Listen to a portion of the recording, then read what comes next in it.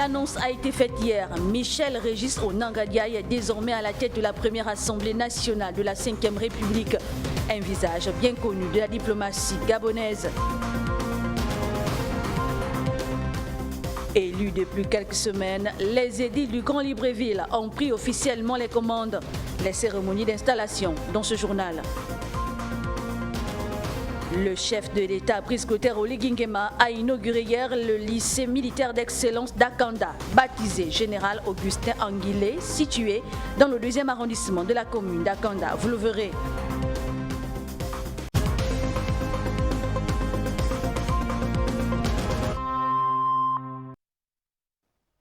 Vous êtes sur Gabon Première et vous avez fait le bon choix. Bonjour et bienvenue à toutes et à tous.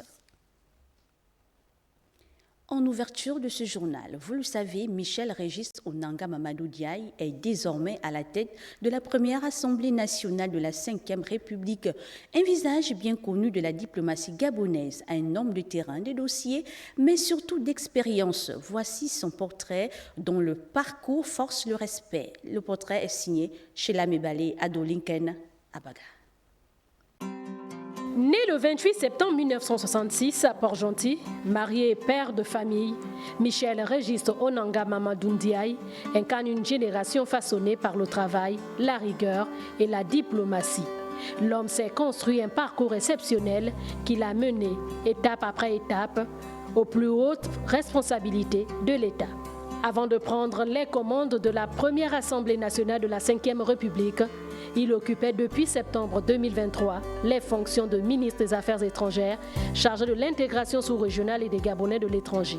Une mission cruciale où il s'est illustré par une maîtrise des enjeux diplomatiques et sa capacité à défendre la voix du Gabon sur la scène internationale. Diplomate de carrière, il a été pendant près de 2 décennies l'un des piliers de la représentation gabonaise auprès des Nations Unies à New York. Entre 2004 et 2015, il occupe successivement les postes de conseiller, premier conseiller, chargé d'affaires, puis ministre conseiller au sein de la mission permanente du Gabon. En février 2015, il est nommé ambassadeur extraordinaire et plénipotentiaire du Gabon au Sénégal, de la Gambie, de la Guinée et de la Guinée-Bissau. Une fonction qu'il assumera avec constance, devenant l'une des figures diplomatiques les plus expérimentées de son pays. Parallèlement à sa carrière institutionnelle, Michel Régis Onanga Mamadou Diaye est aussi un homme de savoir, enseignant, vacataire durant plusieurs années. Il transmet ses connaissances en relations internationales, géopolitique, organisation internationale et sociologie des conflits à l'EPCA, à l'ENA et à l'Institut de l'économie. Ses recherches universitaires réalisées à Paris au sein de l'EHEI et l'Université René Descartes comptent des travaux majeurs sur les conférences nationales africaines, la coopération franco-africaine ou encore la politique étrangère du Gabon. Son expertise est reconnue bien au-delà des frontières nationales. Aujourd'hui, avec son élection à la tête de la première Assemblée nationale de la 5e République, c'est l'expérience, la continuité et la maîtrise des institutions internationales qui entrent au service de la nouvelle République gabonaise. Un parlementaire d'envergure façonné par la diplomatie mondiale, désormais au cœur du renouveau politique national. Justement, nous vous proposons à présent les attentes des compatriotes suite au nouveau président de l'Assemblée nationale fraîchement élu. On regarde. Nation méritée, c'est un homme d'expérience. Il a été en maintes fois ambassadeur et après ministre des Affaires étrangères. Je pense qu'il maîtrise les rouages du poste qu'il va occuper à partir de demain, c'est-à-dire mardi. Je pense que c'est une nomination méritée, c'est un homme d'expérience et puis c'est pas un homme il n'est pas clivant. C'est pas un homme clivant, c'est un homme rassembleur. Moi, je l'ai vu à l'œuvre à plusieurs reprises. Je pense qu'il peut faire l'affaire. C'est un Gabonais comme tout autre. C'est normal, il a été élu à l'unanimité. Déjà, être ministre des Affaires étrangères, ça veut dire que quelque part, tu as du répondant. Hein? Tu as des répondants et puis c'est quelque chose aussi à féliciter. Je pense que c'est un meneur de foule. Je dirais que les domaines sont, je peux dire, différents. Il a été ambassadeur. Il y a le relationnel avec l'extérieur, mais là, il va falloir gérer des personnes qui représentent la population entière. Et je crois qu'il a beaucoup à faire. Le choix de sa personne au regard de son CV, je dirais qu'il est plutôt positif. En tant qu'ancien locataire du ministère des Affaires étrangères et en tant qu'ancien ambassadeur, on peut dire qu'il a déjà en lui un palmarès très impressionnant. Et au niveau de la diplomatie, cela prouve de la suffisance que c'est une personne digne de confiance et qui saura gérer à merveille cette nouvelle fonction. Selon moi, je pense que ça peut être une bonne chose vu qu'il a déjà un certain palmarès politique, notamment sur la scène internationale. Maintenant, j'aimerais bien qu'il puisse, grâce à son expérience politique, apporter des changements sur... Je pense aussi qu'il a effectué des missions et qu'il a rempli pleinement ses charges. Il a répondu à certaines questions, à certaines difficultés qui a été soulevée au sein de notre pays. Je pense qu'il nous a sortis de là et donc je pense que c'est un choix qui tombe à pic et puis c'est une nouvelle élite. L'élection du nouveau président de l'Assemblée nationale, on en reparle dans ce journal, tout en s'interrogeant si c'est une reconnaissance ou une réponse géopolitique. L'analyse d'Andy Tungui nous livre quelques éléments de réponse. Régis Onanga Ndiaye, désormais président de l'Assemblée nationale gabonaise. Au thème d'un scrutin uninominal organisé dans les règles de l'art, le natif d'Omboué est la figure qui incarne le renouveau au sein du Palais du Peuple. Affilié à l'Union démocratique des bâtisseurs, parti présidentiel et majoritairement représenté à l'hémicycle Yomba, le diplomate qui jouit d'une carrière professionnelle envieuse prend les commandes du navire Assemblée nationale. Au moment où s'ouvre la 14e législature, il devra concilier l'ensemble des forces politiques présentes au Parlement à accorder les violents afin que la symphonie créée à cet effet soit agréable aux oreilles des Gabonaises et des Gabonais. Il devra sortir l'hémicycle des sentiers battus et faire preuve de créativité, d'originalité et d'innovation pour ainsi ensevelir l'image terne que certains compatriotes se sont fait de notre Assemblée nationale. Deux éléments pourraient lui être utiles dans l'exercice de cette mandature. Régis Onanga Ndiaye pourrait se munir d'un microscope, ce qui lui permettait de mieux percevoir à l'œil nu les éléments avec lesquels il va pouvoir travailler et identifier la racine cause de ce qui pourrait constituer les obstacles dans sa gestion. Le scalpel pourrait également être l'un des outils importants de cette nouvelle mission, car sa fonction tranchante serait la bienvenue dans une maison qui, jadis, brillait par des choix libertinages et déconnectés de nos réalités. L'arrivée de Régis Onanga Ndiaye à la présidence du Parlement serait pour plusieurs analystes le symbole d'une reconnaissance après les nombreuses victoires diplomatiques que le pays a engrangées avant, pendant et après la transition. C'est également une réponse géopolitique car après Jules Aristide Bourdès au Goulguendé, l'Ogoué maritime n'avait plus été à la tête du palais Léomba de l'Assemblée nationale. La surprise était-elle perceptible? Régis Onanga Ndiaye mérite-t-il d'être président de l'Assemblée nationale? La réponse pourrait probablement venir dans les 100 premiers jours sous son magistère. Ombalo, le peuple vous regarde. Une histoire qui a commencé depuis 1960. L'Assemblée nationale a connu plusieurs présidents. Avec Pelage Mbouimba, je vous invite à suivre l'historique de cette institution.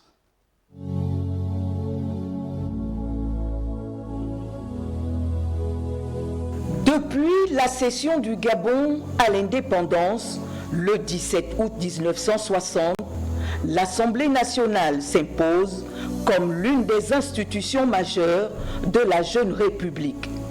Elle est alors chargée de traduire dans la loi les aspirations du pays en pleine construction. Dans les premières années, le Parlement gabonais fonctionne dans un système pluraliste naissant. Mais en 1968, avec la création du Parti démocratique gabonais, le pays entre dans l'ère du parti unique. L'Assemblée nationale devient alors le cadre institutionnel central où se votent les grandes orientations politiques et économiques du régime. Au début des années 1990, face aux mutations sociopolitiques et à la conférence nationale de 1990, l'Assemblée nationale retrouve un véritable pluralisme démocratique. Les réformes constitutionnelles organisent un Parlement plus ouvert, composé de députés élus au suffrage universel direct.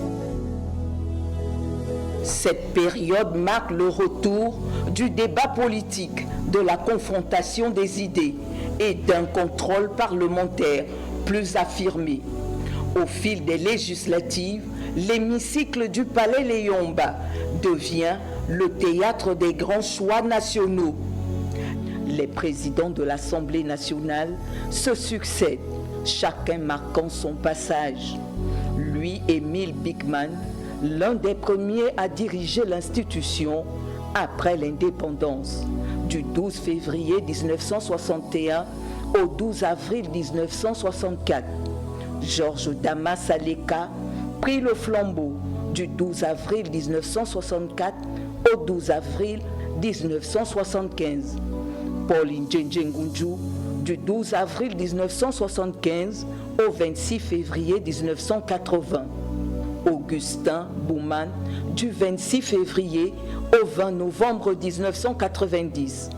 Puis Jules Aristide Bourdès Ogoulguende prit le règne de cette institution du 20 novembre 1990 au 22 avril 1993.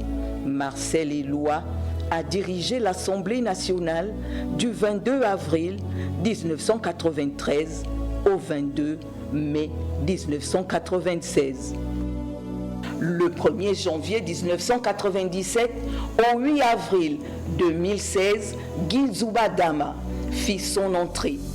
Il laisse le flambeau à Richard Auguste Nouvier du 6 avril 2016 au 28 avril 2018, qui à son tour passe le relais à Faustin Boukoubi du 11 janvier 2019 au 30 août 2023. Les deux furent témoins d'une période politique marquée par la recherche de la stabilité et le renforcement du rôle du législateur. Et enfin, Jean-François Ndungu a dirigé cette institution durant la période de la transition. L'Assemblée nationale connaît une nouvelle phase de transformation. Dissoute, puis réorganisée, elle s'adapte aux orientations de la transition impulsée par Brice Clotaire Oligui Nguema. Aujourd'hui, les députés ont élu le premier président de l'Assemblée nationale de la Ve République, à la personne de Régis Onanga Ndiaye, qui prend les rênes d'une institution clé, un espace où se façonnent les lois, où s'exprime la diversité politique et où se bâtit année après année l'architecture démocratique du Gabon.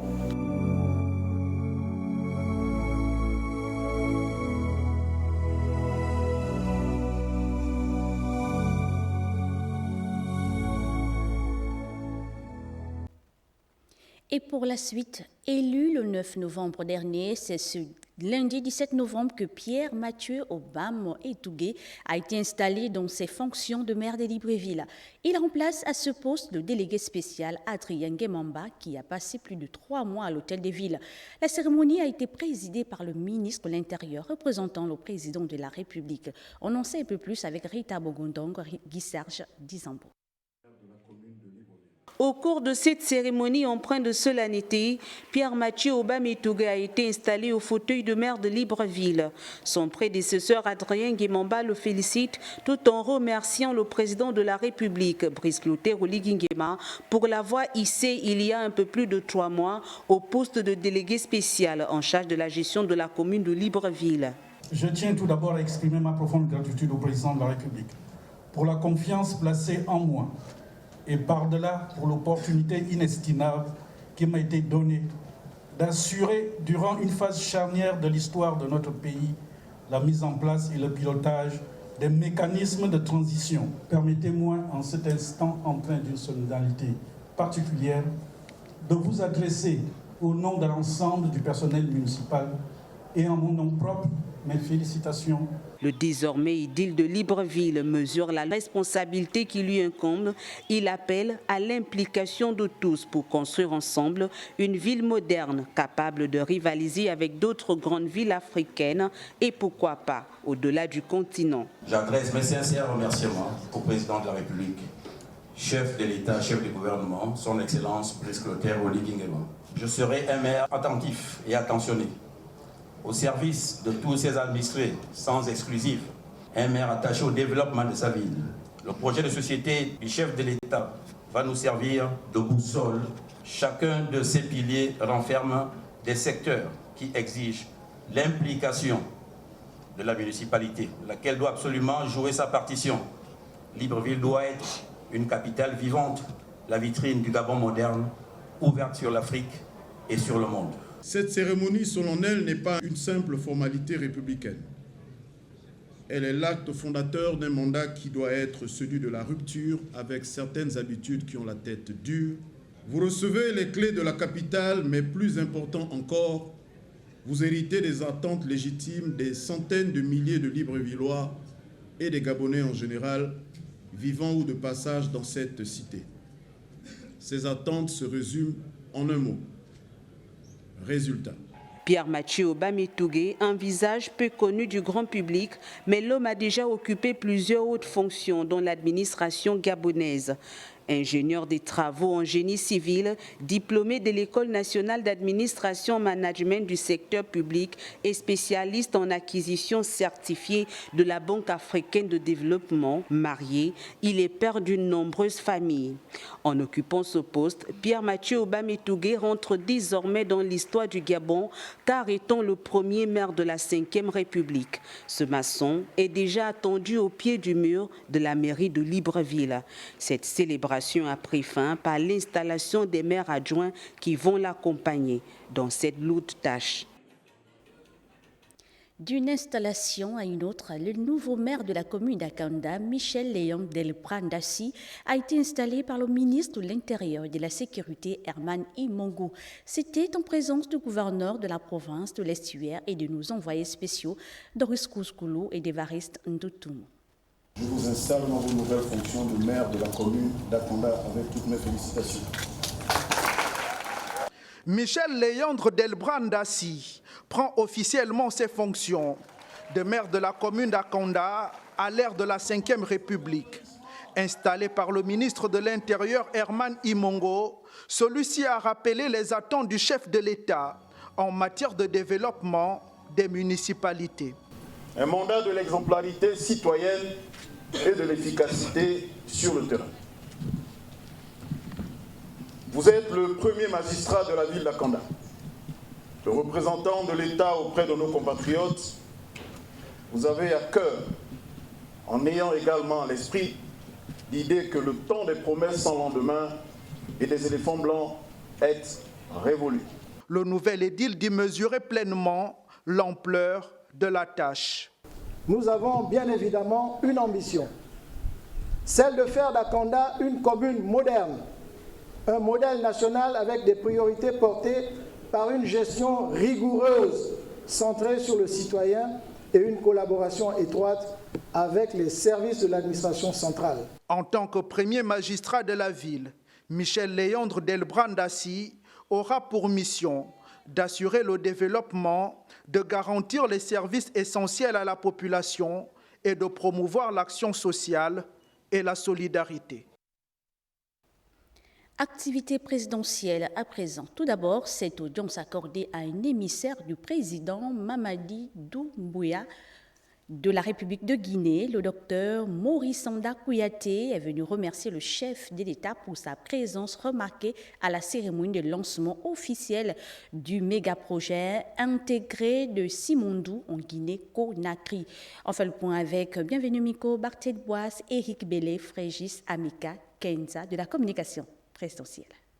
Envoyé spécial du président Mamadi Doumbouya, le docteur Maurice Sanda Kouyaté est venu transmettre ici toute la gratitude du peuple guinéen pour la présence remarquée du chef de l'État, Brice Clotaire Oligui Nguema, au lancement officiel du méga-projet Simondou 2040 récemment à Conakry. La Guinée a lancé le plus grand projet minier au monde, Simandou 2040. Et la Guinée a été honorée, le chef de l'État de la Guinée a été honoré par la participation effective de son Excellence le Président de la République gabonaise. Ils ont aussi maintenant la mission de conduire leur peuple vers le bonheur, vers la prospérité. Ce grand projet a été aussi une occasion d'échange, d'expérience. C'est pourquoi le président m'a chargé de dire à son frère, le président Doumbouya, que le Gabon va partager la même expérience avec la Guinée et qu'ensemble, ces deux pays peuvent donner aussi la voie aux autres pays africains qui ont des richesses minières et qui doivent aussi sortir ces richesses pour en faire la prospérité pour leurs peuples respectifs. L'entretien du palais présidentiel a permis de réaffirmer la volonté commune de renforcer la coopération entre Libreville et Conakry, notamment dans les domaines des mines, des infrastructures et de la formation. La Guinée a également salué l'annonce de l'ouverture prochaine d'une ambassade du Gabon à Conakry, signe d'un partenariat appelé à se densifier. Par la suite, le chef de l'État, Brice Clotaire Oligui Nguema, a présidé hier l'inauguration du lycée militaire d'excellence d'Akanda, baptisé Général Augustin Anguilé, situé dans le 2e arrondissement de la commune d'Akanda, en présence de plusieurs personnalités civiles et militaires. Le chef de l'État a assisté à la levée des couleurs, à la décoration des responsables engagés, puis à la coupure du ruban de cet établissement moderne à vocation scientifique pouvant accueillir 900 élèves repartis dans une trentaine de salles de classe. Ce lycée est la matérialisation de la volonté du président de la République de renforcer l'offre éducative en termes de qualité et inclusion sociale et d'égalité de chance. Le point avec Priska Mugula, Barthel Boas et Eric Bélé-Roland-Rogombe. L'éducation occupe une place importante dans le processus de transformation de notre pays initié par le chef de l'État Brice Clotaire Oligui Nguema. Le lycée militaire de l'excellence d'Akanda, baptisé Général Augustin Anguilé, ancien chef d'état-major des armées gabonaises, est un établissement secondaire s'inscrivant dans une dynamique visant à renforcer les valeurs républicaines et à préparer les élèves à devenir des leaders capables de contribuer au développement du Gabon. Au-delà de l'honneur que représente votre présence en ce lieu, permettez-moi également de saluer la vision qui guide votre action. Sous votre impulsion, l'éducation, la discipline et le patriotisme retrouvent une place centrale dans la transformation du Gabon. Grâce à vous, des établissements renaissent, des infrastructures s'élèvent et la jeunesse voit se dégager au-dessus d'elle le firmament d'un avenir fondé sur l'honneur, la stabilité, mais aussi l'espérance. Cette initiative, qui vient à la suite de plusieurs autres, est un signe fort de l'engagement du gouvernement gabonais à promouvoir une éducation de qualité basée sur le principe d'égalité de chance et d'inclusion sociale. Ce partenariat exemplaire entre l'éducation nationale et la défense nationale illustre à merveille votre vision d'un Gabon nouveau, résolument tourné vers la dignité, le mérite et l'égalité des chances. Un Gabon où chaque élève, quelle que soit son origine, peut apprendre, s'épanouir, rêver et réussir dans des conditions optimales. Au lycée militaire de l'excellence d'Akanda, la coordination académique avec le ministère de l'Éducation nationale joue un rôle central. Le ministère est garant des contenus, des évaluations et de la progression pédagogique. Le nouveau lycée militaire d'excellence d'Akanda est un établissement du second degré à vocation scientifique. 4e du genre, placé sous la tutelle du ministère de la Défense nationale, en partenariat étroit avec le ministère en charge de l'Éducation nationale, il aide la traduction de la pertinence de votre initiative de mutualiser les compétences pédagogiques militaires et civiles à l'effet de façonner une école gabonaise inclusive et accessible à tous les jeunes Gabonais et plus que tout, résolument ancrée dans la modernité. Figure emblématique de l'armée gabonaise, la carrière d'Augustin Anguilé est marquée par ses efforts de modernisation et de professionnalisation des forces armées. La reconnaissance du jour est un signal fort pour la famille de l'illustre disparu. Monsieur le Président, en conférant le nom de notre regretté mari, père et grand-père, à cette prestigieuse institution, vous rendez un hommage insigne et durable, non seulement à l'homme, mais aussi et surtout à l'ensemble de sa carrière. Le lycée militaire de l'excellence d'Akanda se présente comme un véritable pilier de la société gabonaise. Au-delà des infrastructures, il incarne des valeurs fondamentales comme le savoir, le devoir et l'honneur. L'établissement représente non seulement un nouveau cadre d'apprentissage dans la commune d'Akanda, dont les infrastructures publiques restent encore insuffisantes, mais surtout un tremplin vers l'avenir plus prometteur pour toute la nation. Le chef de l'État, Brice Clotaire Oligui Nguema, a également procédé à l'inauguration officielle de la nouvelle station-service Gab Oil de la commune d'Akanda, une infrastructure moderne qui marque une étape importante dans le déploiement national du réseau de distribution de l'entreprise publique et dans l'amélioration du service aux usagers. On retrouve nos confrères de la communication présidentielle. Dans ce quartier de Marseille où il est accueilli avec les honneurs, le chef de l'État a dévoilé un équipement qui dépasse largement la fonction classique d'une simple station-service.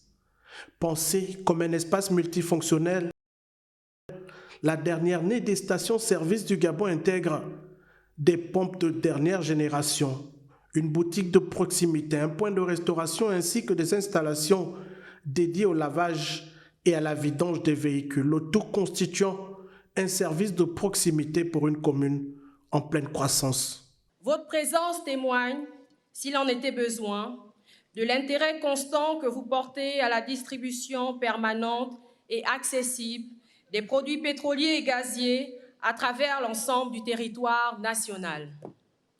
Aujourd'hui, c'est avec une joie immense que nous vous présentons cette nouvelle station-service, symbole de la détermination de l'État à garantir la souveraineté énergétique de notre pays, à rapprocher le service public de l'approvisionnement des produits pétroliers aux populations.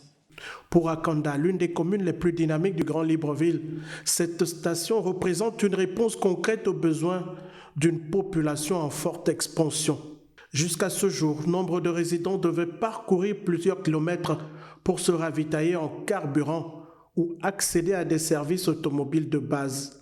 Avec cette unité Gab Oil, l'accès au carburant devient encore plus fluide, plus rapide et plus sécurisé. La réalisation de ces stations-service s'inscrit pleinement dans les priorités nationales en matière de promotion de l'investissement, de modernisation des infrastructures énergétiques et de développement durable. S'agissant plus particulièrement de la station-service de Marseille 2, au-delà de son importance économique, son inauguration symbolise notre engagement collectif à inscrire durablement le Gabon sur la voie de l'autonomie énergétique et du progrès partagé. En procédant personnellement à cette inauguration, le président de la République réaffirme la volonté du gouvernement de renforcer la souveraineté nationale dans le secteur énergétique. Gab Oil, entreprise publique, joue un rôle clé dans ce dispositif. La station-service Gab Oil Marseille 2, implantée dans la commune d'Akanda, est la 9e station du réseau national Gab Oil. Elle a été réalisée grâce au professionnalisme de l'entreprise gabonaise Les Rois de Chantier, à qui les travaux de construction ont été confiés. En plus de répondre aux exigences techniques et opérationnelles du secteur qui ont été rappelées précédemment, sur le plan social, cette station contribuera à la création d'emplois directs pour les jeunes d'Akanda. Au-delà du geste du président de la République, il faut voir le symbole de l'incitation à l'effort et la volonté de promouvoir la lutte contre le chômage des jeunes à travers cette infrastructure qui devrait générer plus d'une dizaine d'emplois. La mise en service de la station Gab Oil de Marseille 2 s'inscrit bien dans cette démarche permettant de rapprocher les services essentiels des populations, d'améliorer la qualité de vie et de garantir un accès plus équitable aux infrastructures publiques. Je vous l'ai dit en titre, 7e journée du procès Sylvia et Nouroudine Bongo Valentin face aux dernières condamnations Aux dernières condamnations, j'y arrive, des mises en cause, certains acteurs politiques ont réagi, de même que des personnes citées par les co-accusés seront entendues, comme l'a indiqué le procureur général près la cour d'appel de Libreville. Plus de précisions avec Apren Guilain Lemami et Évariste Ndoutoumou. Le palais de justice de Libreville qui continue à vibrer au rythme du procès qui a conduit à la condamnation par contumace de Sylvia Bongo Ondimba et son fils Noureddine Bongo Valentin provoque désormais des secousses politiques alors que la transition gabonaise présente ce verdict comme une démonstration de rupture avec l'ancien système.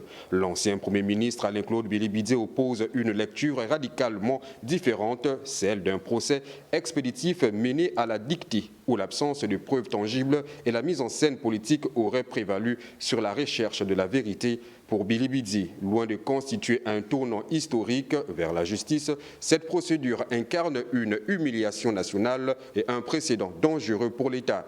L'homme, cependant, a été cité par les mises en cause, lui aussi, tout comme certains responsables des structures bancaires telles que BGFI et l'UGB, ainsi que l'ancien trésorier payeur général Yann Franck Koubdje, comparaîtront devant la Cour criminelle spéciale suite aux déclarations des co-accusés dans l'affaire Sylvia Bongo Ondimba et Noureddine Bongo Valentin. Tous ceux qui ont été cités dans ce dossier, que ce soit là-bas ou dans le cas de l'information judiciaire, seront bientôt convoqués et entendus par la justice. Il s'agit, Monsieur le Président, de Yann Koubdje, Fabrice Anchoua Bongo Ondimba, silence, Pascal Ogoé Sifon, Joseph Lapensée et Singon, ils ont été cités, Alain-Claude Bilibidze et bien d'autres. C'est dire combien de fois la justice gabonaise rentre dans un tournant décisif. Le pouvoir actuel présente ce procès comme un acte fort de sa politique de reconquête de la souveraineté financière. Si la justice s'affirme comme indépendante, c'est un pas vers la restauration de la confiance des citoyens envers les institutions. À cet effet, Doris Cruz-Koulou, toujours en direct du tribunal de première instance de Libreville. Justement, après 7 jours de procès, la Cour a rendu immédiatement son verdict. Que pouvons-nous retenir ?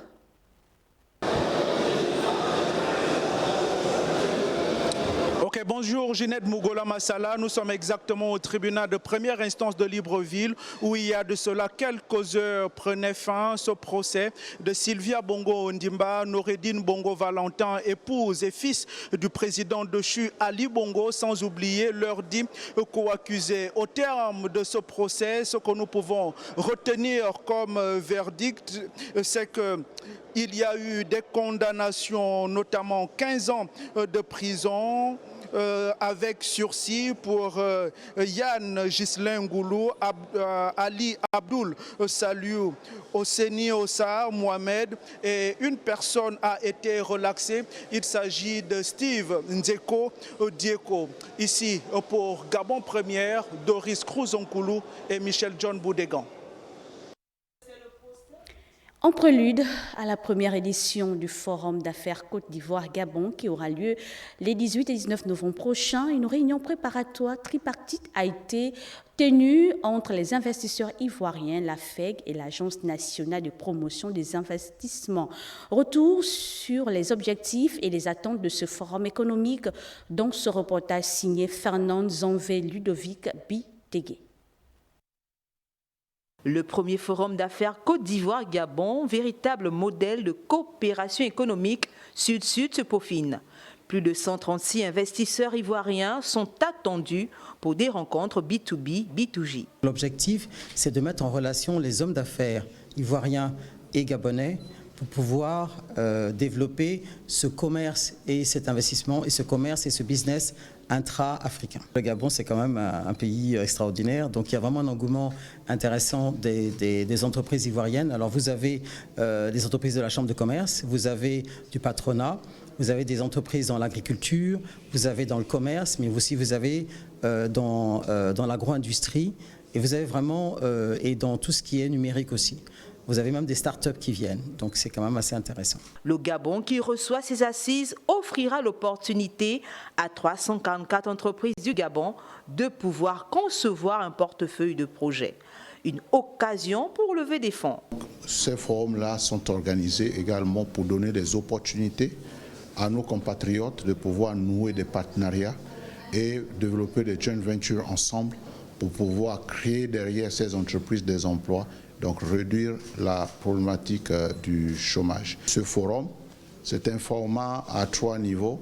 Le premier niveau, ça va être la session officielle, d'ouverture officielle du forum. Par la suite, nous aurons des panels de haut niveau, notamment des panels segments ministériels et des tables rondes. Ce premier forum d'affaires Côte d'Ivoire-Gabon est la matérialisation des liens étroits qui existent entre les deux pays. Dans la suite du journal, en collaboration avec l'Aganor et l'Agence nationale du médicament, le Conseil gabonais des chargeurs a initié à son siège un séminaire de formation. Il est question de sensibiliser sur les exigences réglementaires encadrant l'importation et la commercialisation des produits cosmétiques au Gabon. Des précisions avec Bienvenue Nenkem et Gérard Magnagna. Les exigences réglementaires en matière d'importation et de commercialisation des produits cosmétiques, c'est le thème de ce séminaire de formation organisé par le Conseil gabonais des chargeurs. En partenariat avec l'Aganor et l'Agence du médicament, cette rencontre vise à renforcer les capacités des opérateurs économiques sur le respect des normes en vigueur. L'Aganor est effectivement associé à ce séminaire d'information et de sensibilisation pour apporter l'information aux opérateurs économiques du secteur, surtout que demain ou après-demain, il y a des dispositions qui vont être prises pour que ce secteur soit davantage garanti en termes de qualité. Nous sommes invités pour édifier les importateurs sur les conditions d'importation et de mise sur le marché des produits cosmétiques. Empêché, le directeur général du CGC s'est fait représenter par son conseiller pour l'ouverture des travaux. Mesdames et messieurs de la CGTI, votre volonté de renforcer les capacités de vos membres sur les exigences réglementaires en matière d'importation des produits cosmétiques s'inscrit parfaitement dans notre mission d'assistance et de régulation et témoigne de votre volonté de vous inscrire dans le principe inaliénable du respect des normes. C'est tout à votre honneur.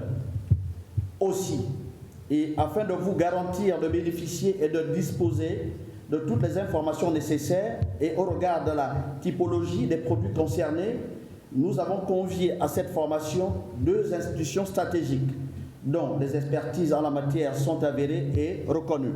Le Gabon importe près de 90% de ses produits et les cosmétiques constituent une part importante de ses importations. Ce séminaire vient ainsi répondre à un besoin de régulation pour assurer la qualité et la sécurité des produits sur le marché. Voilà qui vient mettre un terme à cette édition d'information. Merci de l'avoir suivi. Bonne suite des programmes sur Gabon Première. Je vous retrouve demain à la même heure, même canal. Au revoir.